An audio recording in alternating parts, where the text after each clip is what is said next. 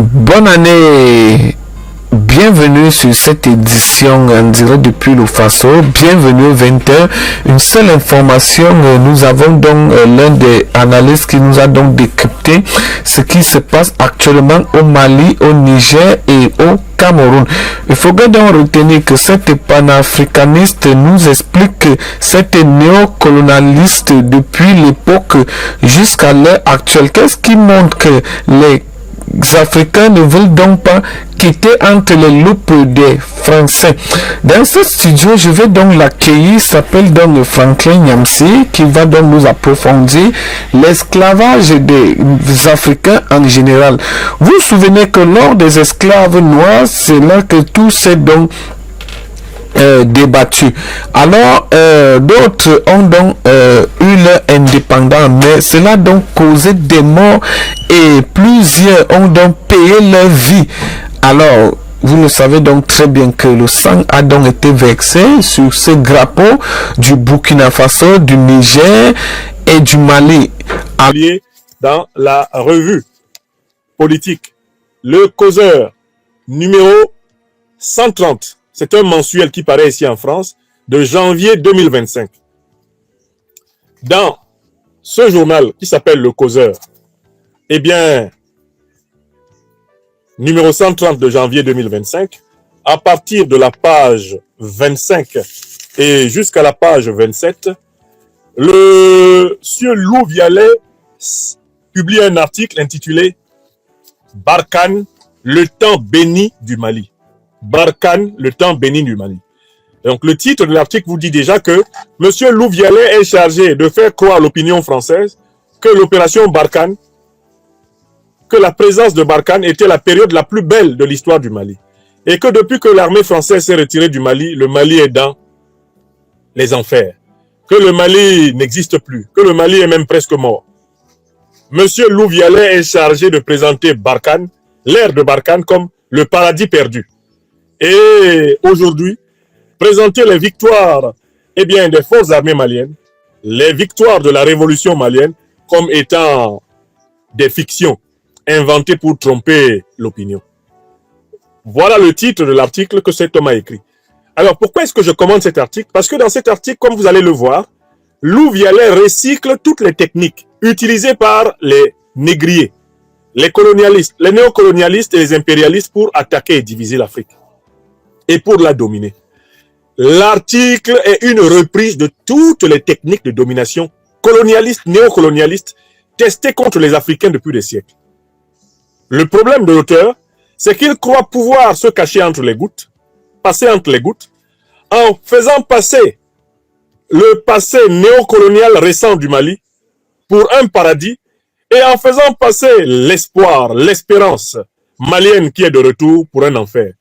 C'est-à-dire que Lou Vialet, c'est quelqu'un qui est là pour inverser la réalité. Pourquoi? Parce que la France-Afrique et le néocolonialisme français vivent bel et bien de l'inversion de la réalité. C'est-à-dire que ce sont des gens qui exploitent depuis 6 siècles des terres entières, qui volent l'or, le pétrole, le gaz de peuples entiers, l'uranium de peuples entiers depuis des décennies, qui volent les diamants, qui volent le bois. Ce sont des gens qui pillent les réserves financières de 15 pays africains depuis plusieurs décennies, mais qui veulent passer pour des gentils messieurs qui vous dépouillent calmement. La France-Afrique, toute sa communication est basée sur la technique de l'inversion. Et avec la maxime, plus c'est gros, plus ça passe. Plus gros est le mensonge, mieux il passe. Donc on n'hésite pas, dans la guerre informationnelle de la France-Afrique, contre les peuples africains, contre la révolution africaine, contre les panafricanistes, on n'hésite pas à mentir grossièrement. Je dis bien grossièrement. On ment grossièrement et violemment, dans l'espoir que l'éclat du mensonge soit tel qu'il paraisse plus que vraisemblable, mais carrément vrai. Quelle est la méthode que nous allons adopter pour déconstruire le minable article de ce monsieur Lou Vialet? Parce que son article, vous allez voir, c'est un article minable. C'est un article dangereux. Et normalement, cet article devrait lui valoir des poursuites judiciaires des autorités de la Confédération des États du Sahel. La justice sahélienne doit se saisir des propos tenus par ce monsieur dans cet article. parce que ces propos ne sont rien d'autre en réalité que des incitations aux crimes de guerre et aux crimes contre l'humanité, des incitations au génocide. Vous allez voir. Vous allez voir comment c'est tourné là-dedans, dans cet article. C'est d'une honte incroyable.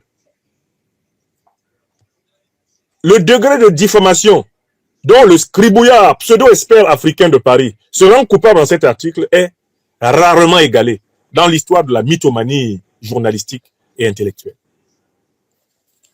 Donc, ce que je vais faire, c'est que je vais vous donner une première lecture complète de l'article, parce que vous ne l'avez pas lu. J'ai affiché cet article sur ma page Facebook, mais je vais vous donner une lecture complète de l'article et je vais revenir pour déconstruire l'article paragraphe par paragraphe. Parce que chaque paragraphe de cet article est faux. Tout est faux dans cet article. Il n'y a pas un seul paragraphe véridique. Il n'y a pas un seul paragraphe qu'on ne puisse pas prendre un défaut contrefactuel. Pas un seul. Et c'est cela qu'ils appellent la guerre informationnelle contre les panafricanistes, la guerre informationnelle contre les régimes qui ont dit non au néocolonialisme français et à l'impérialisme occidental et moyen-oriental. Vous comprenez? Voici ce qu'il écrit. Barkhane, le temps béni du Mali. Le départ des soldats français déployés au Mali a permis à la Russie de s'implanter au cœur du pouvoir. En soutien à la junte militaire, les mercenaires de Wagner ont instauré un régime de terreur en systématisant massacres, viols et pillages dans certaines régions. Notre envoyé spécial a rencontré des survivants de cette épuration ethnique. Ça, c'est le chapeau de l'article. Ça vous annonce tout. La suite. Il n'y aura bientôt plus de soldats français au Sénégal, déclarait fin novembre le président sénégalais. En 2 ans, l'armée française a battu en retraite du Mali, du Burkina Faso et du Niger, cédant à la pression des régimes affidés à la Russie, qui ont pris la France comme bouc émissaire de leurs propres difficultés. Elle s'apprête désormais à plier bagages du Tchad, du Sénégal, et ses effectifs diminueront en Côte d'Ivoire et au Gabon. Ce déclin accéléré de la puissance militaire française en Afrique n'est pas le fruit d'une stratégie pensée et planifiée par le président Macron, mais le résultat d'un attentisme qui a fini d'anéantir l'autorité de la France. Depuis la fin de l'opération Barkhane, près de 200 civils ont été auditionnés. Tous ont vécu l'arrivée de Wagner au Mali comme un basculement dans l'horreur et regrettent le départ du protecteur français. Chômeurs, étudiants, bergers, comptables, gardiens, pompistes, infirmiers ou mères au foyer, ils vivaient dans des communes sécurisées par Barkhane, au centre et au nord du pays. En plus de permettre aux terroristes islamistes de retrouver leur influence et aux mercenaires russes de s'implanter au Sahel, le départ des Français a également provoqué une hausse massive de l'immigration. La plupart des victimes de Wagner ont émigré dans les pays limitrophes, en Afrique du Nord et en Europe. Leurs témoignages sont aux antipodes des diatribes des putschistes de Bamako qui, avec une rhétorique volontairement dégagiste et anticolonialiste, ont causé le départ de la France. Ces victimes sont les seules sources vivantes capables de témoigner du régime de terreur instauré par les Russes. À les écouter, on comprend dans quel but la France a été instrumentalisée par le régime de Bamako et comment le Sahel est devenu le nouveau théâtre de la stratégie du chaos, piloté par Moscou aux portes de l'Europe. Citation. La terreur russe au Mali racontée par ses rescapés. Citation. Ça a été si rapide. Les Wagner sont venus dans mon village accompagnés de militaires maliens. Sans rien chercher à comprendre, ils ont envoyé tous les hommes qu'ils trouvaient loin du village pour les exécuter. Ensuite, les femmes ont été choisies comme des mangues sur le marché. J'ai été violé par 5 Russes pendant 2 heures. Fin de citation. Mariam, 27 ans, malienne et touareg. C'est magnifique, hein? Ça c'est un joli roman de science-fiction. Ce Lou Vialet, il a des talents. Il devrait migrer vers le roman de science-fiction. Il aurait de très grands succès dans ce domaine. Continuons à lire les incongruités, les insanités inventées dans son cerveau. Les victimes de Wagner sont des survivants. Rencontrer les mercenaires russes a été un choc, puis un cauchemar. Youssouf, 23 ans, ne peut se départir de l'image de ces bergers morts, brûlé vif à 10 mètres de sa cachette. Rissa, 16 ans, tout ça sort de la tête de Lou Vialet, hein, le romancier, le nouveau romancier de la France-Afrique à Paris. Rissa, 16 ans, a vu des soldats maliens éventrer le cadavre de son frère à la machette et en manger le cœur et le foie devant l'excitation et les rires des soldats blancs. Ça, c'est du Lou Vialet au travail. Un excellent mythomane de presse. On peut continuer? L'apparition des mercenaires est synonyme d'épouvante. On les a entendus débarquer sur des hélicoptères la nuit, ou vu arriver en trombe sur des pick-up, percutant enfants, femmes et vieux, se trouvant sur leur route. Certains racontent le bruit des balles et les corps tombant comme des mouches alors qu'ils faisaient leur course au marché. Les rescapés qui ont simplement croisé leur chemin en brousse ont été torturés puis laissés pour morts. Ça ressemble à la description d'une scène de crime de guerre de l'armée française pendant la pénétration coloniale. C'est très marrant. Lou Vialet, il s'est contenté d'aller lire le récit des crimes de guerre de l'armée française et il les a transposés pour essayer, eh bien, de diaboliser l'armée russe et les alliés africains de l'armée russe. Ça fait pitié, hein, parce que ce qu'il vient de dire là, c'est une scène de crime de guerre de l'armée française, c'est assez banal. Il faudrait regarder et écouter le film de René Vauthier. Bon, continuez à lire le roman de Lou Vialet. C'est trop marrant. Il est en train d'écrire les crimes de l'armée française. Et il les attribue à l'armée malienne. Ça fait pitié. Le paragraphe que je viens de lire là, il vous décrit exactement la pénétration coloniale française en Afrique. C'est comme ça qu'il faisait. Que faisait? Remplaçons un peu, juste un peu. L'apparition des soldats français est synonyme d'épouvante. On peut l'écrire ou pas? Pour les Africains qui ont été l'objet de crimes coloniaux et de crimes de guerre français. Ce paragraphe s'applique. Écoutez.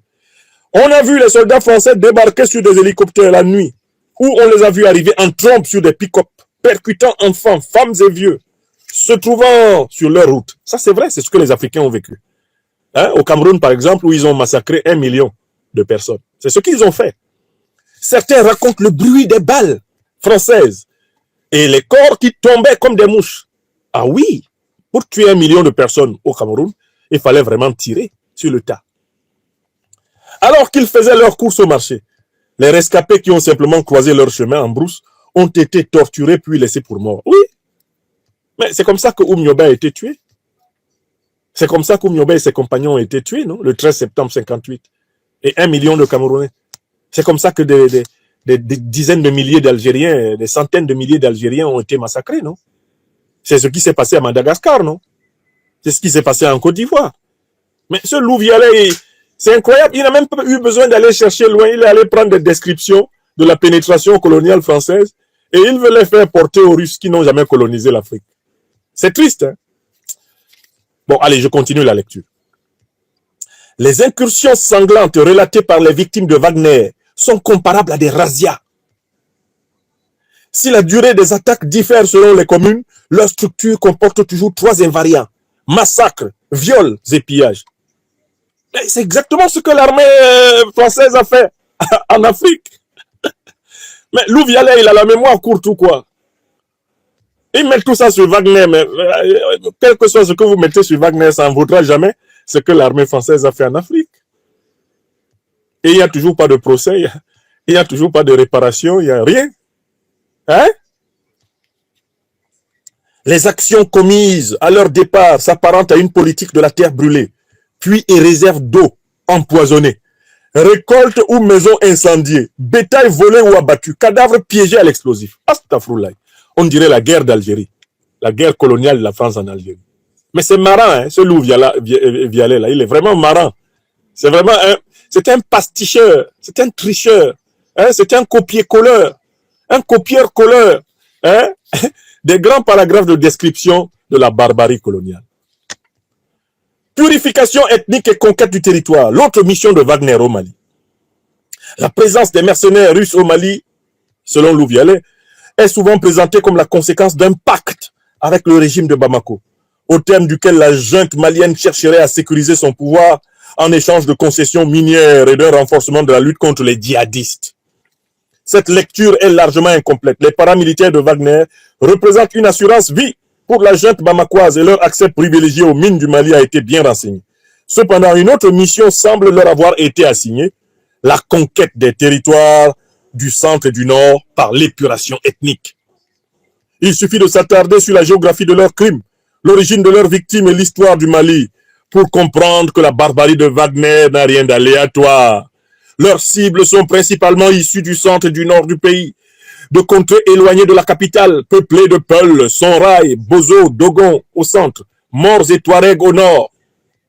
À l'inverse, les populations du sud sont des Bambara, ethnie de Bamako, Malinké, Soninké, sud-ouest et Sénoufo, sud-est. Depuis son indépendance, la République du Mali n'est indivisible que sur le papier. Depuis son indépendance, la République du Mali n'est indivisible que sur le papier. Ça, c'est ce que dit Lou Vialet. Vous voyez son objectif, non? Ok. Qu'est-ce qu'il dit encore là? Sur le papier de sa constitution, dans le centre du pays, les conflits entre Bozo, Dogon et Peul ont perduré et les populations arabo-berbères du Nord n'ont cessé d'exprimer leurs différences en s'organisant pour obtenir indépendance ou autonomie. La junte bamakoise cherche à instaurer un pouvoir favorable au peuple du Sud et à étendre son hégémonie dans le reste du pays en excitant les tensions interethniques entre les Peuls au centre et en purgeant les populations Maures et Touaregs au nord. Ça, pour écrire ça, il faut ne pas connaître le Mali, quoi. C'est une honte. Quelqu'un qui connaît le Mali ne peut pas écrire un tel paragraphe. Cette politique d'épuration ethnique n'est pas seulement rapportée par les victimes directes de la junte et de leurs bras armés russes qui se disent ciblés, pourchassés, diabolisés. Elle est aussi attestée par ceux qui ont échappé à la mort car ils n'étaient ni Peuls, ni Maures, ni Touaregs. Tous mes voisins et mes amis Peuls ont été obligés de s'enfuir. Ils savaient qu'ils risquaient leur vie en restant ici. La lutte contre le djihadisme est devenue un règlement de compte. Fin de citation, témoigne Ladji, 32 ans, Bambara, issu d'un village du centre-est et du cerveau de Lou Vialet, où régnait la paix entre les ethnies. Samba Sonrai, issu d'une commune du cercle de Djéné et du cerveau de Lou Vialet, raconte, citation, « Mon ami Tamashek a été tué chez lui et sa femme a été violée par les Wagner. Il n'a rien fait. Son seul tort est d'être né avec la peau blanche. » Fin de citation. Quel bon romancier, ce Lou Vialet. Un vrai loup qui rôde et qui essaye de jeter les communautés africaines les unes contre les autres parce qu'ils ont perdu le contrôle et le droit de piller le Mali. Ces néocolonialistes français. Quelle honte. Lisons la suite.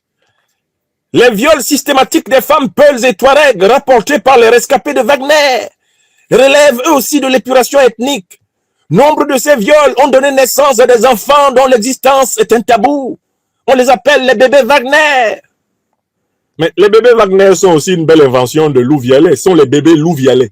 Lou Vialet, vous avez aussi vos bébés. Ils sont pleins dans votre tête. Comme leur couleur de peau et leurs traits rappellent l'infamie qui a présidé à leur naissance, ils sont élevés dans le secret. Les bébés Wagner. Les bébés Wagner sont élevés dans le secret du petit cerveau de Lou Vialet. Ils sont cachés dedans. Ils sont planqués dans son petit cerveau. Donne-moi.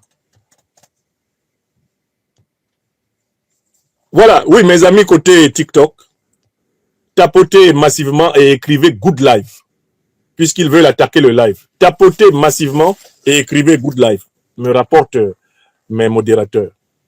Écrivez Good Live et tapotez massivement, mes chers amis. Côté TikTok, puisqu'ils veulent nous empêcher, eh bien, de déconstruire leur mythomane. Tapotez Good Live sur TikTok et tapotez massivement, écrivez Good Live.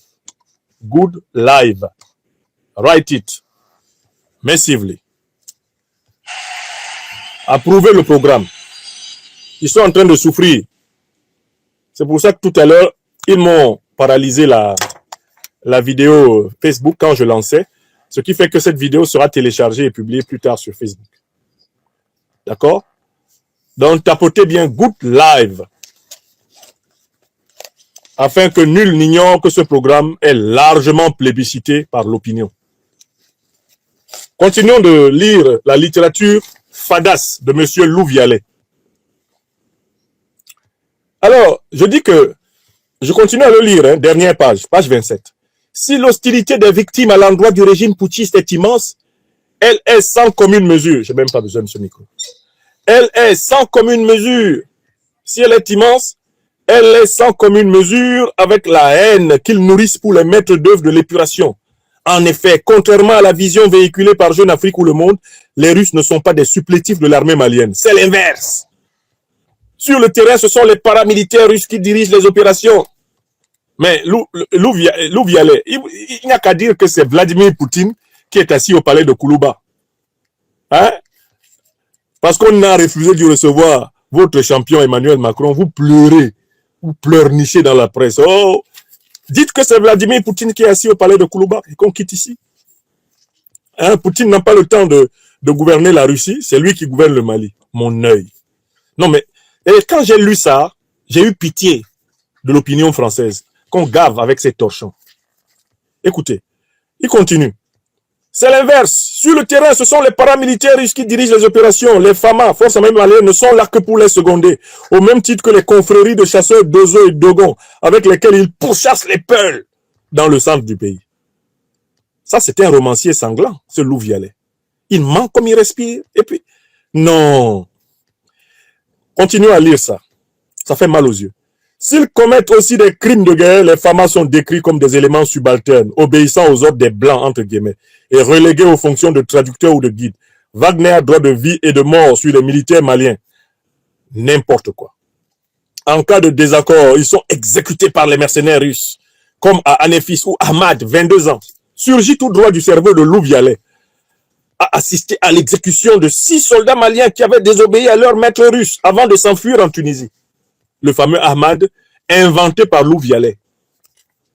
Un personnage de roman, hein, qui aurait assisté à l'exécution de 6 soldats maliens par l'armée russe. Ça fait pitié, hein. Et il écrit ça, il publie ça à Paris. Il publie ça à Paris. Cette merde-là, il publie ça à Paris. Hein? Maintenant, avant-dernière partie, la nostalgie de la France et des années Barkhane. Là, Louvialet va nous parler de comment les Maliens pleureraient et, oh là là, regretteraient le bon vieux temps quand la France était là. Quand l'armée française était là, qu'est-ce que c'était bien. Bon, écoutons Louvialet, hein, le romancier du paradis néocolonialiste. Tous les civils interrogés ont souvent avec ferveur affirmé être favorables au retour de l'armée française au Sahel. Astaghfirullah. Ça, c'est les civils qui sont dans sa tête, ou bien c'est les civils qui sont au Mali. Il les a vus où? En rêve ou dans la réalité? Hein? On peut faire ça? On peut être mythomane comme ça? Bon, laissons-le continuer.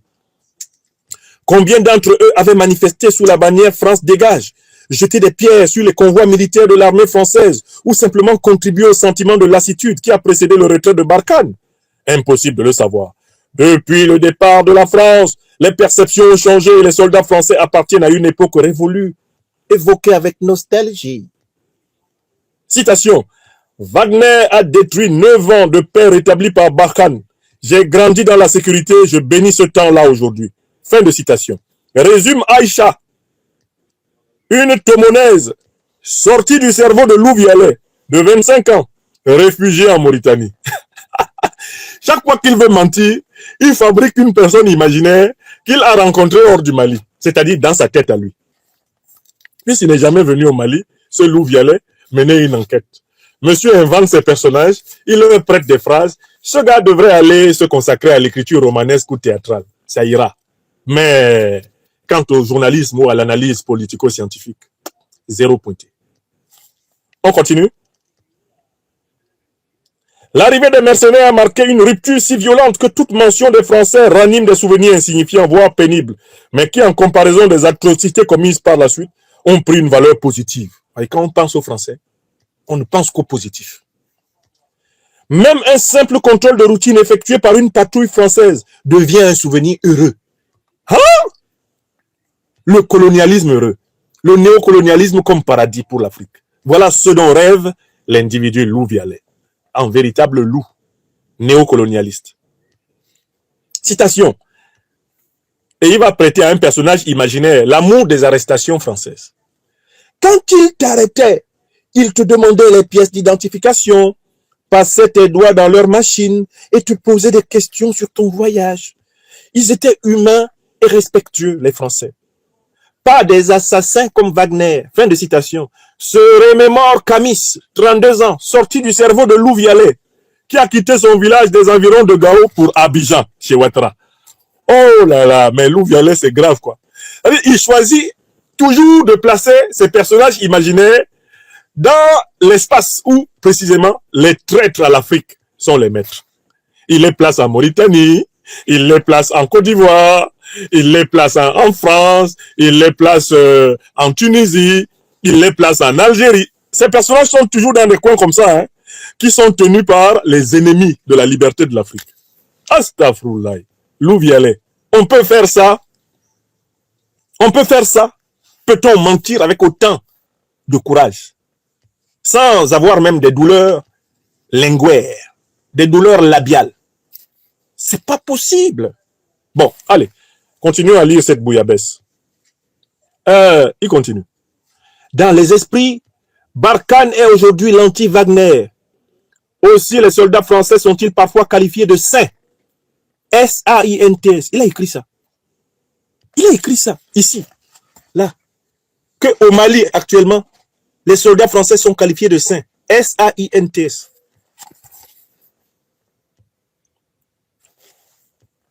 Ou assimilés à une armée, ils sont assimilés à une armée humanitaire, tandis que les mercenaires russes sont comparés à des sauvages ou à des terroristes pires que Daesh. Ah! C'est-à-dire que, du point de vue de Louvialet, Daesh est quelque chose d'acceptable. Daesh a des qualités comparables à celles de l'armée française.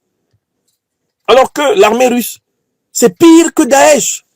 C'est pire que l'armée française. Hein? Là, on comprend pourquoi ils se sont tous rapprochés du terroriste qui a pris le pouvoir à Damas et qu'il lui caresse le poil dans le sens du poil. On comprend mieux. Ah, donc Daesh est mieux. Daesh, ceux qui ont assassiné plus de 130 Français le 13 novembre 2015 à Paris, ils sont mieux que les soldats russes qui n'ont pas tiré sur les soldats français, qui ne sont pas venus tuer les Français en plein Paris au Bataclan. Daesh est meilleur que les soldats russes. Ah oui, c'est ce qui est écrit ici à la page 27. Les soldats russes sont des terroristes qui sont pires que Daesh. Les viols, massacres et villages perpétrés par les Russes et pillages perpétrés par les Russes ont magnifié les services rendus aux locaux par les Français. Oui, les Français qui bien sûr n'ont jamais violé, massacré, pillé. Jamais. Ah non, ça, jamais. Ils font pas ça. Donc ce n'était pourtant pas le cœur de mission.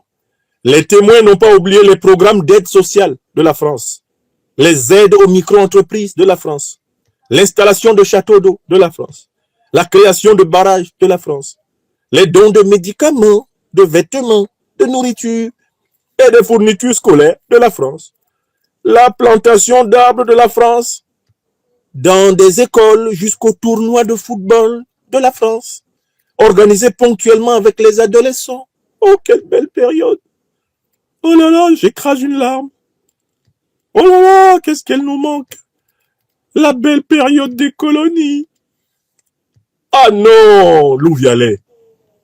Dans la vulgarité néocolonialiste grossière, on avait rarement fait mieux. Si l'idée d'un retour de Barkhane suscite un enthousiasme unanime parmi les rescapés de Wagner, ils n'y croient guère. Ils n'attendent plus grand-chose de la France. Les conditions de retrait de Barkhane ont marqué les esprits et l'arrivée de Wagner a profondément modifié la perception de la puissance française. Citation. Les Européens sont lâches et ont peur de la Russie. Fin de citation. Regrette Abdoul, sorti du cerveau de Louvialet. Citation encore. Ils ont plié bagages comme s'ils étaient un pays du tiers-monde et non une puissance mondiale. Fin de citation. Soutien Ramata, sorti du cerveau de Louvialet. Ha! Mon Dieu. Frères et sœurs, ils ont quitté Kidal pour l'Algérie. Voilà encore le pays où ils sont. Ceux qui témoignent pour Louvialet sont toujours dans des pays où on sait que ce sont les malfrats qui sont protégés. Hein? Là, il est place en Algérie. Hein? Ramata est qui là? Ramata est Hein? Ramata et son soi-disant frère sont en Algérie. Hein, Ramata et Abdoul sont en Algérie. Mais qui peut témoigner en bien pour le Mali en étant protégé par le régime pro-terroriste, le régime parrain de terroristes qu'il y a en Algérie, d'Abdelmajid Tebboune. Mais ce Loup Violet, c'est vraiment un amateur. Même dans la mystification, vraiment, c'est bête de sa part, quoi. Il aurait dû placer ces personnages dans des pays amis du Mali, par exemple, hein, pour essayer de leur donner une vraisemblance. En disant, on les a interrogés au Burkina, on les a interrogés au Niger. Hein, peut-être qu'il aurait pu semer un peu plus de doutes, parce que ce sont des pays qui sont dirigés par des dirigeants amis du Mali. Mais non, il choisit exactement les pays qui sont en réalité les bases arrières des terroristes, et il s'en va interroger les soi-disant donc rescapés de la tragédie malienne, qui ne sont rien d'autre que en fait les compagnons des terroristes, mais en fait qui ne sont rien d'autre que des personnages imaginaires qu'il a créés dans sa propre tête, et puis il essaye de présenter cela comme une enquête. On continue. Le sentiment anti-français est volatile et ne peut définir une politique africaine. Ça, c'est la dernière partie. En 2 ans, le Sahel est devenu le foyer d'une mutation géopolitique majeure, menaçant directement l'ordre de sécurité européen. Le départ de la France a permis à la Russie, puissance hostile, de s'implanter au cœur d'États fragiles, situés dans le grand voisinage de l'Europe. Libye, Mali, Burkina Faso et Niger. La montée du chaos dans ces dominions russes profite au régime de Moscou, garantit le pouvoir de ses alliés africains et menace la stabilité de l'Afrique et de l'Europe. Coucoulicou. Les diplomaties françaises et européennes focalisent leur attention sur la guerre en Ukraine, à l'Est, et se sont détournées de la guerre non conventionnelle menée au Sud par la Russie. Le sentiment anti-français dont la presse internationale, les services de propagande de Wagner et les régimes hostiles de la France se sont en fait les échos est une donnée changeante, variable, éphémère. Il ne peut représenter la clé de voûte de notre politique africaine.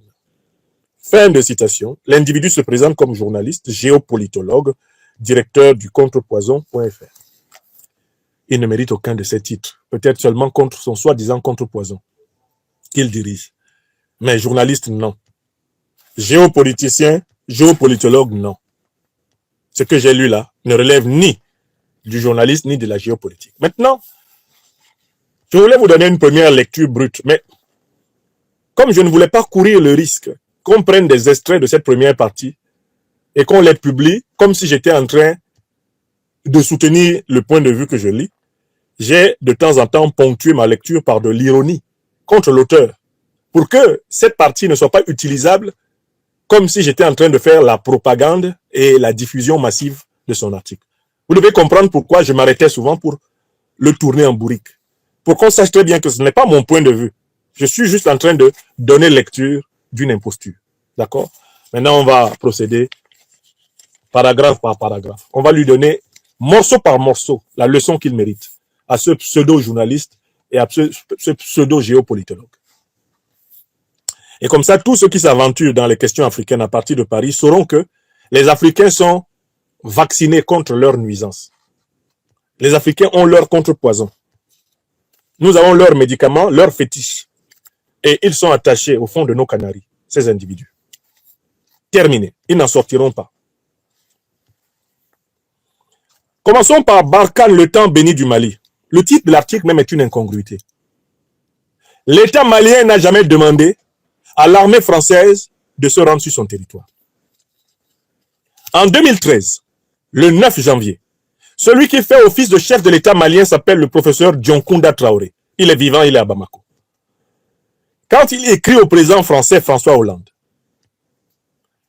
il demande au nom de la République du Mali, ayant appris que les terroristes qui déferlent depuis la Libye ont l'intention de venir sur Bamako, il demande à la France 2 choses, 2 services. Premier service, un appui feu aérien, c'est-à-dire comme l'armée française dispose d'une aviation opérationnelle au Sahel, qu'elle aide l'armée malienne en bombardant les colonnes terroristes.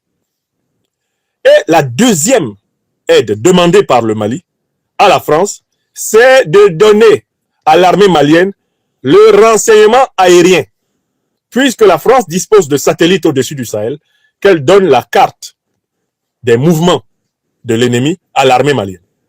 L'armée malienne, elle, s'engageait sous le président Dioncounda Traoré à mener le combat au sol. Il n'était pas question qu'un seul soldat français descende sur le sol malien. C'est donc contre la volonté et du peuple malien et des autorités maliennes. Et nous avons la lettre originale adressée par le président Dioncounda Traoré au président Hollande. C'est contre la volonté du peuple et des autorités maliennes que François Hollande envoie pratiquement 6000 hommes sur le sol malien. Et c'est sur ces conditions, c'est sur cette base que vont prospérer toutes les opérations militaires françaises jusqu'à la décision de leur retrait sous le président Assimi Goïta. Donc si Lou Vialet était quelqu'un de réfléchi, il commencerait même par ne pas donner ce titre à son article. Barkhane n'a jamais représenté le temps béni du Mali. Barkhane représentait une période d'occupation néocoloniale du sol malien par l'armée française. Paragraphe suivant, prenons le chapeau. Il dit que le départ des soldats français déployés au Mali a permis à la Russie de s'implanter au cœur du pouvoir. C'est faux. Ce sont les Maliens qui dirigent le Mali. Le président du Mali s'appelle Assimi Goïta. Le premier ministre du Mali s'appelle...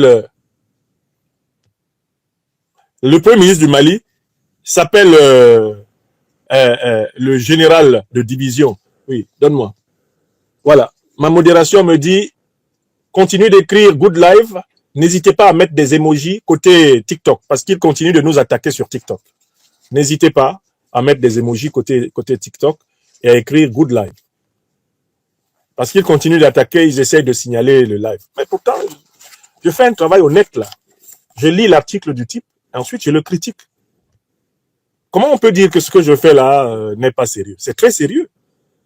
Et ce n'est pas la première lecture. Hein. Je l'ai lu au moins 10 fois. Depuis que j'ai acheté le journal, j'ai lu l'article 10 fois. Je connais l'article là presque par cœur. Et je donne d'abord lecture de l'article à mes amis. Mes amis qui écoutent cette émission savent ce que l'adversaire dit. Maintenant, je le déconstruis et vous vous mettez à pleurer. Vous attaquez mes machines, vous faites tout. Écrivez Good Live, faites des emojis et surtout partagez. N'oubliez pas de partager l'émission. Partagez l'émission. Massivement. Alors, le départ des soldats français déployés au Mali a permis à la Russie de s'implanter au cœur du pouvoir. En soutien à la junte militaire, les mercenaires de Wagner ont instauré un régime de terreur en systématisant massacres, viols et pillages dans certaines régions. Notre envoyé spécial a rencontré des survivants de cette épuration ethnique. Le chapeau est un mensonge. D'abord, ce sont les Maliens qui dirigent le Mali. Je dis bien le président Assimi Goïta, le premier ministre Abdoulaye Maïga, le président du conseil de transition. Hein, on les connaît tous. Les Maliens qui dirigent le Mali. Il n'y a pas un Russe qui dirige le Mali. C'est faux. Des mercenaires de Wagner ont instauré un régime de terreur. Il n'y a pas de Wagner au Mali. Il y a des alliés russes de l'armée malienne. Le Mali a signé un accord de coopération militaire avec la Russie. Et les Russes qui sont présents au Mali le sont officiellement dans le cadre d'un accord de coopération entre la République du Mali et la Fédération de Russie. Vous pouvez les appeler comme vous voulez, mais ils sont au Mali avec l'accord de l'État malien.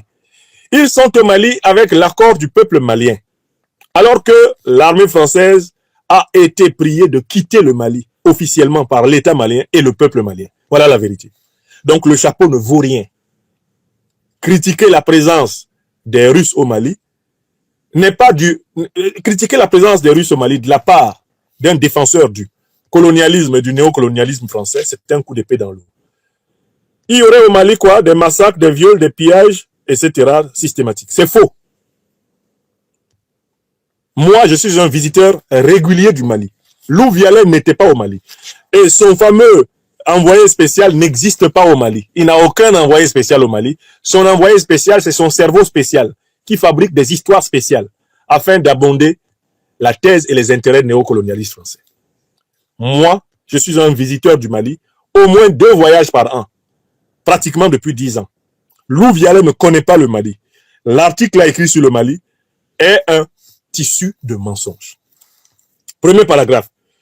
Il y aura bientôt plus de soldats français au Sénégal, déclaré fin novembre le président sénégalais. En 2 ans, l'armée française a battu en retraite du Mali, Burkina, etc. Elle s'apprête désormais à plier bagage du Tchad, du Sénégal et ses effectifs diminueront en Côte d'Ivoire, Gabon. Ce déclin accéléré n'est pas le fruit d'une stratégie pensée et planifiée par le président, mais le résultat d'un attentisme qui a fini par anéantir l'autorité de la France. Donc pour Lou Vialet, il aurait fallu que l'armée française s'impose par la force et qu'elle demeure en Afrique. Et que le président Macron a fait preuve de faiblesse. Ce premier paragraphe est basé sur, en fait, l'ignorance du rapport de force réel. L'armée française ne peut plus battre militairement les armées africaines à la guerre. Monsieur Vialet, dites que j'ai dit ceci. L'armée française, là, ne peut plus battre militairement les armées africaines à la guerre. Elle est partie parce qu'elle ne pouvait pas battre militairement le Mali, le Burkina et le Niger. Et elle est en train de partir du Tchad parce qu'elle ne peut plus battre militairement les Tchadiens. L'armée française ne peut pas supporter une guerre contre le Sahel. Il n'y a pas de soldats français prêts à mourir pour coloniser et recoloniser le Sahel. Il n'y en a pas. Il n'y a pas d'armée française capable de mener une guerre de recolonisation du Sahel. Donc vous devez écrire ceci. L'armée française a été contrainte de quitter le Mali, le Burkina et le Niger. Elle est contrainte de quitter le Tchad. Elle est contrainte de quitter l'Afrique parce qu'elle ne peut plus s'imposer militairement contre l'Afrique. Le président Macron a pris acte d'un rapport de force strictement militaire. Moi, je le dis parce que j'analyse le rapport de force militaire qui s'est constitué sur le terrain, notamment à partir de la naissance de l'alliance des États du Sahel et à partir de l'alliance entre le Mali et l'armée russe, l'alliance entre le Burkina Faso et l'armée russe, l'alliance entre le Niger et l'armée russe. L'armée française, militairement, n'était plus en capacité d'affronter une armée sahélienne. C'est pour cela que le président Macron retire les armées françaises. Si l'armée française avait une supériorité militaire écrasante sur les armées sahéliennes, elle les aurait écrasées et elle serait demeurée au Sahel. Prenez un exemple très simple. Analysez ce qui s'est passé au Niger avant que l'armée française se retire et même que l'ambassadeur de France se retire. Qu'est-ce qui s'est passé? Il y a eu un duel où le président Macron a menacé d'intervention militaire directe contre le Niger. N'est-ce pas? Il s'est même opposé au départ de son ambassadeur. Oui ou non? Mais finalement, qui a gagné le duel? Qui a gagné le duel, Lou Vialet? Nous étions là quand le président Macron a dit « on ne bouge pas ». Mon ambassadeur ne bouge pas, se comportant comme s'il était le régent du Niger. Comme si l'État nigérien n'existait pas, que c'est l'État français qui était le super État nigérien. Au bout du compte, qu'est-ce qui s'est passé? L'ambassadeur de France est parti, en courant, en se cachant, et l'armée française est partie. Vous savez pourquoi l'ambassadeur de France est parti? Est-ce que vous savez pourquoi l'ambassadeur de France est parti? Il est parti parce que l'armée française n'a pas été capable de gagner la guerre qu'elle envisageait contre le Niger. Nous savons qu'une guerre était envisagée contre le Niger. Cela a été confirmé par les propos du représentant spécial du chef de l'État français en Afrique, M. Jean-Marie Bockel. M. Bockel a dit que 2000 soldats français avaient été rapidement projetés à Abidjan pour intervenir militairement au Niger. Mais qu'est-ce qui les a empêchés de partir de Côte d'Ivoire pour prendre Niamey? C'est parce que, entre-temps, ils ont pris acte du fait que était née l'Alliance des États du Sahel, rassemblant les 3 armées sahéliennes, aujourd'hui, qui sont désormais une seule armée, dans l'espace de l'AES, Mali, Burkina, Niger. Mais l'ancienne puissance coloniale française a aussi pris acte du fait que ce pays avait désormais pour super allié militaire la Fédération de Russie. Il n'y a aucun calcul militaire français dans lequel il soit prévu que M. Macron remporte une guerre contre la Russie. Il ne peut pas vaincre la Russie en Europe, il ne peut pas la vaincre en Afrique. Il le sait. Donc Lou Vialet dit que le président Macron a perdu pied au Burkina, au Mali, au Niger, bientôt au Sénégal, en Côte d'Ivoire et au Gabon par attentisme. Non, ce n'est pas par attentisme. C'est parce que le rapport de force militaire, le rapport de force géostratégique sur le terrain n'est plus à l'avantage de la France. C'est terminé. La supériorité militaire de l'armée française sur les armées africaines a pris fin. Et cela a été dit même par quelqu'un qui est très proche encore des intérêts français, que j'ai appelé l'aventurier ambigu de Dakar. Ousmane Sonko, dans sa dernière déclaration. Que dit Ousmane Sonko dans sa dernière déclaration? Il y a un un paragraphe de sa dernière déclaration que Lou Vialet devrait méditer avant d'écrire ces insanités. Je vais lui rapporter ce paragraphe-là qu'il n'a peut-être pas lu. Ousmane Sonko fait un diagnostic. Il fait un diagnostic de l'état de la puissance militaire française en Afrique. Puisque le président Macron a dit que sans la France, il y a des États africains qui auraient déjà disparu. Quelle est la réponse que Ousmane Sonko, Premier ministre du Sénégal, lui a apportée? Je vais aller chercher les propos d'Ousmane Sonko pour ici moucher Lou Vialet, hein, qui n'a pas pris acte du fait que c'est l'impuissance de la puissance bien militaire française qui se sanctionne par son retrait. C'est parce qu'elle ne peut pas se payer le luxe de faire la guerre aux Africains. Elle n'en a plus les moyens. Elle n'en a plus les moyens, elle n'en a plus les effectifs, elle n'en a plus.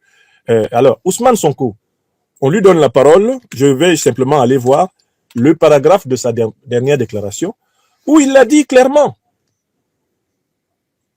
Ousmane Sonko. Alors, hop, qu'est-ce qu'il a dit? Sonko Ousmane, je vais sur sa page, j'y suis. Voilà, hop. Voilà. Quand il dit, le président Emmanuel Macron a affirmé aujourd'hui que le départ annoncé des bases françaises aurait été négocié entre les pays africains qui l'ont décrété et la France. Il poursuit en estimant que c'est par simple commodité et par politesse que la France a consenti la primeur de l'annonce à ces pays africains. Je tiens à dire que, dans le cas du Sénégal, cette affirmation est totalement erronée. Aucune discussion ou négociation n'a eu lieu à ce jour et la décision prise par le Sénégal découle de sa seule volonté en tant que pays libre, indépendant et souverain. Il déclare enfin, Emmanuel Macron aurait déclaré donc, a déclaré qu'aucun pays africain ne serait aujourd'hui souverain si la France s'était déployée. Fin de citation. Constatons que la France n'a ni la capacité ni la légitimité pour assurer à l'Afrique sa sécurité et sa souveraineté. Que dit Ousmane Sonko là? Je répète les propos d'Ousmane Sonko, Premier ministre du Sénégal. Constatons que la France n'a ni la capacité ni la légitimité pour assurer à l'Afrique sa sécurité et sa souveraineté. Qu'est-ce que ça veut dire? Ousmane Sonko acte le fait que la France n'est pas une puissance militaire capable de contraindre les Africains aujourd'hui. Il dit elle n'a ni la capacité de sécuriser l'Afrique. C'est-à-dire que les Africains savent très bien que l'armée française ne peut plus les soumettre militairement. Il y a peut-être des gens à Paris qui continuent à penser que ils ont la possibilité de vaincre militairement les Africains. Mais les Africains savent que l'armée française ne peut plus les battre militairement. Elle ne peut pas recoloniser militairement l'Afrique. Ce n'est pas possible. Même le prétendu modéré du Sénégal, que j'ai appelé pour le critiquer, l'aventurier ambigu Ousmane Sonko le sait. Constatons que la France n'a ni la capacité ni la légitimité pour assurer à l'Afrique sa sécurité et sa souveraineté. Voilà. La capacité, n'a pas la capacité. Et moi, quand j'ai vu à Niamey, en visitant Niamey la première fois, en 2023, j'ai été sur la base 101, où étaient stationnées les troupes françaises. Et j'ai vu le dispositif qu'il y avait autour de ces troupes. Mais j'ai compris pourquoi ils sont partis. Ils ne pouvaient pas vaincre militairement l'armée nigérienne.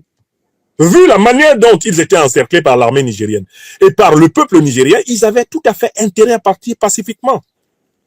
C'était un rapport de force militaire à Niamey qui a déclenché le départ de l'armée française. Ce n'est pas un rapport de force imaginaire. Ils ne pouvaient pas engager une action militaire contre l'armée nigérienne. C'était trop risqué pour les troupes françaises. C'est un fait. Les historiens militaires qui peuvent aller visiter le Niger et revoir les événements de cette période-là pourront attester de ce que je vous dis. C'était un rapport de force militaire défavorable à l'armée française qui explique qu'elle n'ait pas attaqué le Niger à partir de la Côte d'Ivoire, qui explique qu'elle se soit retirée en fait du Mali, retirée du Burkina, retirée du Niger, même du Tchad. C'est parce que l'armée française a évalué sa capacité à attaquer militairement ces régimes. Et elle s'est rendue compte qu'il pourrait y avoir un effet domino désastreux pour tout son dispositif, si elle se permet une attaque frontale contre un pays africain. Bref, en fait, en 2025, nous ne sommes plus à l'époque de 2011, où Sarkozy, Obama, Kadhafi se levaient et se mettaient à bombarder un pays comme ça. C'est pas comme ça que ça va se passer. Et l'armée française a pris acte, et les dirigeants français ont tout à fait pris acte que le rapport de force militaire, même sur le terrain, a changé. Écoutez, au Sénégal, il y a 300 militaires français à tout prendre. Vous pensez que 300 militaires français peuvent soumettre le Sénégal? Il y a des milliers de militaires français au Tchad. Mais il y en a infiniment plus de Tchadiens. Et les militaires français qui sont au Tchad, il y a longtemps qu'ils n'ont plus combattu vraiment en situation réelle. L'armée tchadienne est sur le terrain, elle est plus aguerrie en Afrique que l'armée française. Parce qu'en fait, l'armée française est toujours restée en deuxième plan par rapport à toutes les opérations qu'elle a menées. Les Africains devant, elle derrière. Vous ne voyez pas l'armée française aujourd'hui prendre le risque de se mettre nez à nez avec 3-4 armées africaines. Mais ça va être la Bérésina, ça va être pire que la défaite de Napoléon aux portes de la Russie. Ça va être pire que Bien Dien Phu. Donc, je voudrais que Lou Vialet et tous les spécialistes parisiens, les affaires africaines, prennent acte du changement du rapport de force militaire. Bien sûr, il y a un argument qu'on peut toujours dire. Ah, la France dispose de l'arme atomique. Mais les alliés de l'Afrique en disposent aussi. Oui! Parce que le dernier argument, l'argument suprême pour menacer les Africains, c'est nous avons des bombes atomiques, on va vous en jeter. Mais nos alliés en ont aussi. Nos alliés en ont aussi. Ça ne sert à rien de nous menacer d'agression atomique. Les alliés de l'Afrique en ont aussi. Donc, dans ces conditions, la question militaire a été évacuée par le rapport de force. Et Lou Vialet, dans son article, part du principe que l'armée française aurait toujours une supériorité militaire qu'elle n'a pas utilisée. Elle ne l'a plus. La France n'a plus les moyens d'assurer la domination, la suprématie militaire sur l'Afrique. Voilà d'ailleurs pourquoi le dispositif militaire français est en train de s'encastrer dans le dispositif militaire de l'OTAN. Voilà pourquoi sont les États-Unis qui mènent la barque de l'Occident maintenant en Afrique, parce que c'est la seule puissance qui en a encore les moyens en Occident, les Américains. Tous les autres s'accrochent derrière l'OTAN, s'accrochent derrière l'Africom, le commandement américain créé pour l'Afrique, et marchent dans son sillage. Voilà la vérité. Deuxième paragraphe. Depuis la fin de l'opération Barkhane, près de 200 civils ont été auditionnés. Mais ils ont été auditionnés où? Ces civils-là, en quoi sont-ils représentatifs du peuple malien? Ils ont été auditionnés par qui? Quelles sont les garanties que ces civils ne sont pas des personnages imaginaires? Qui les a auditionnés? Monsieur ne nous dit pas. Tous ont vécu l'arrivée de Wagner au Mali comme un basculement dans l'horreur et regrettent le départ du protecteur français. Mais monsieur Lou Vialet, il faudrait étudier l'histoire des crimes de guerre de l'armée française au Mali. Depuis, prenons simplement le XVIIIe siècle, jusqu'à nos jours. Et il n'y a aucune comparaison possible entre les crimes de guerre de l'armée française au Mali et tout ce qu'on pouvait inventer sur les alliés russes de l'armée malienne. Il n'y a aucune comparaison possible. Les crimes de guerre, les crimes contre l'humanité de l'armée française au Mali l'emportent de loin. Et il faut se moquer de la mémoire malienne et de la mémoire africaine pour prétendre que les soldats français représentent essentiellement des souvenirs positifs et heureux pour les Africains. Un Africain qui connaît l'histoire de son pays ne peut pas avoir la perception que vous prêtez à vos 200 interrogés. Vous avez interrogé qui? Vous prétendez des chômeurs, des étudiants, des bergers, des comptables, des gardiens, des pompistes, des infirmiers ou des mères au foyer, qui vivaient dans les communes sécurisées par Barkhane au centre et au nord du pays. Mais Barkhane a sécurisé quelle commune? Tout le temps que Barkhane a été là, le terrorisme s'est métastasé du nord du Mali vers toutes les autres régions. En 2013, le terrorisme était localisé, géolocalisé dans la partie extrême nord du Mali. Après l'arrivée de Barkhane, le terrorisme est descendu jusqu'aux frontières entre le Mali et la Côte d'Ivoire. Tout le territoire malien a été métastasé par le terrorisme. Donc la présence de Barkhane a été sanctionnée par une amplification du phénomène terroriste. Et depuis que Barkhane est parti, l'État malien est redevenu la principale puissance du territoire malien, reconquérant une base, une ville que l'armée française avait précisément empêché l'armée malienne de conquérir en 2013-2014, Kidal. Nulle part dans son article, ce plumitif ne parle de Kidal. Il ne parle de la reconquête du territoire malien par les forces armées maliennes. Il ne parle de la reconquête de zones que jamais Barkhane n'a aidé l'armée malienne à reconquérir. Nulle part il ne parle des victoires et des grandes batailles des Fama. Parce qu'il a besoin de justifier, de légitimer le projet de colonisation et de recolonisation ad vitam aeternam de l'Afrique. Continuez, mes chers amis, à mettre des émojis. Continuez à partager. Continuez à marquer good life. D'accord? Donc, ce monsieur-là, il nous parle de Barkhane comme étant l'âge d'or de la coopération militaire entre les puissances étrangères et le Mali, alors que pour les Maliens, rétrospectivement, Barkhane, c'est synonyme de l'effondrement continu de l'État malien. Barkhane a échoué. Et Barkhane ne pouvait qu'échouer puisque le projet de Barkhane, ce n'était finalement pas de mettre fin au terrorisme, mais de le stabiliser au Mali. Parce qu'en fait, Louvialet fait semblant, comme beaucoup de pseudo-spécialistes parisiens, d'oublier que les Africains connaissent la nature de l'opération qui déstabilise le continent. Elle a commencé par la destruction de la Libye, par l'OTAN. Obama pour les États-Unis, Cameron pour la Grande-Bretagne, Sarkozy pour la France, ont consciemment conçu la destruction de la Libye. Lors de cette opération, Al-Qaïda et l'État islamique ont été armés. Al-Qaïda et l'État islamique ont ensuite attaqué le Sahel, conformément au plan.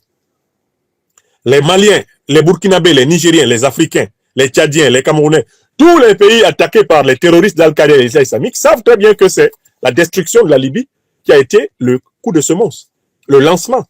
Et ils savent que les deux principales organisations terroristes sont des alliés des puissances de l'OTAN au Moyen-Orient, comme on l'a vu sur le tableau blanc de la Syrie, où Ahmad al-Sheri, qui est un leader terroriste de l'État islamique et d'Al-Qaïda, se retrouve chef de l'État syrien avec la bénédiction de toutes les capitales occidentales, qui font ami-ami avec lui et disent qu'il a coupé sa barbe, et que sa mise à prix à 10 millions par les Américains n'est plus valable. Donc, les Africains savent très bien que les grandes puissances occidentales sont alliées aux organisations terroristes au Moyen-Orient. Et ils comprennent que c'est cette alliance qui les déstabilise également dans leur continent. Vous comprenez? Ça, les Africains le savent. Et ce n'est pas l'article de M. Louvialet qui peut y changer quoi que ce soit. Les Africains savent à quoi ils ont affaire. En 2014-2013, Laurent Fabius, ministre des Affaires étrangères de la France, demande à Sergueï... Les murs de Jéricho sont tombés, oh. Les murs de Jéricho sont tombés lorsque les enfants du Cameroun louaient leur Dieu. Et les murs de Jéricho sont tombés. Les murs du palais sont tombés, oh. Les murs de mon palais sont tombés lorsque les enfants du Cameroun louaient leur Dieu. Et les murs du palais sont tombés et le Cameroun aura un président. Et les murs des mal ont tombé lorsque les enfants de Cameroun louaient leur Dieu. Et les murs de Jéricho sont tombés et les murs de Jéricho sont tombés. Les murs de Jéricho sont tombés et lorsque les enfants de Cameroun louaient leur Dieu et les murs de Jéricho sont tombés. Je pense que nous sommes déjà presque à la fin, spécialement pour cette édition réalisée depuis notre centre de production donc au Burkina Faso. Il s'agissait donc de Franklin Enyamsi qui nous explique que vous le savez donc il est très amer pour ce genre de débat, pour que cette géopolitique nous expliquait donc qu'est-ce qui ne va donc pas avec les Africains. Pourquoi donc l'Afrique ne veut donc pas avoir le satellite? Parce que vous le savez donc la première fois ils ont donc tué donc Kadhafi, ils ont donc un nouveau qu'on appelle Ibrahim Traoré qui est donc le président de tous les Burkinabés. J'aimerais donc que vous puissiez donc nous soutenir sur notre page politique de Daniel Nicon, parce que nous avons donc des très beaux contenus. Merci, félicitations encore à cette heureuse et nouvelle année 2025. Je félicite tous mes abonnés parce qu'ils ont donc permis que nous puissions franchir la barre de 13 000 abonnés et bientôt sera même à 14 000. Donc, je pense que vous pouvez vous abonner si vous voulez. Donc, le Cameroun est donc un nouveau président en dehors du régime que vous connaissez déjà. La guerre entre Kamto et Alice, comme c'est une guerre donc des secteurs, parce que les deux ne parviennent donc pas à s'entendre, parce qu'il y a donc des loges qui peuvent dominer notre Atanga Nji. Vous avez donc suivi les dernières recommandations que M. Pia a donc donné à Tanga Nji pour donc sévir afin qu'il puisse briguer un 8e mandat. Cela n'a donc pas arrangé les Camerounais et je vois que plusieurs nous expliquent qu'ils aimeraient donc voir leur progéniture donc grandir. À quoi nous sert donc le souffle que tu as donc donné aux Camerounais? Est-ce que cela était donc pour nous torturer? Alors, il n'y a que donc Dieu qui connaît comment le lendemain sera, parce qu'il n'y a que personne ne peut connaître à part Dieu. Le moment est donc arrivé que si le Camerounais ou l'Afrique connaissait comment le lendemain devait être, on devait commencer déjà à ranger nos valises, nos bagages. Madame et monsieur, c'est presque la fin de cette édition de Franklin et Nyamsa.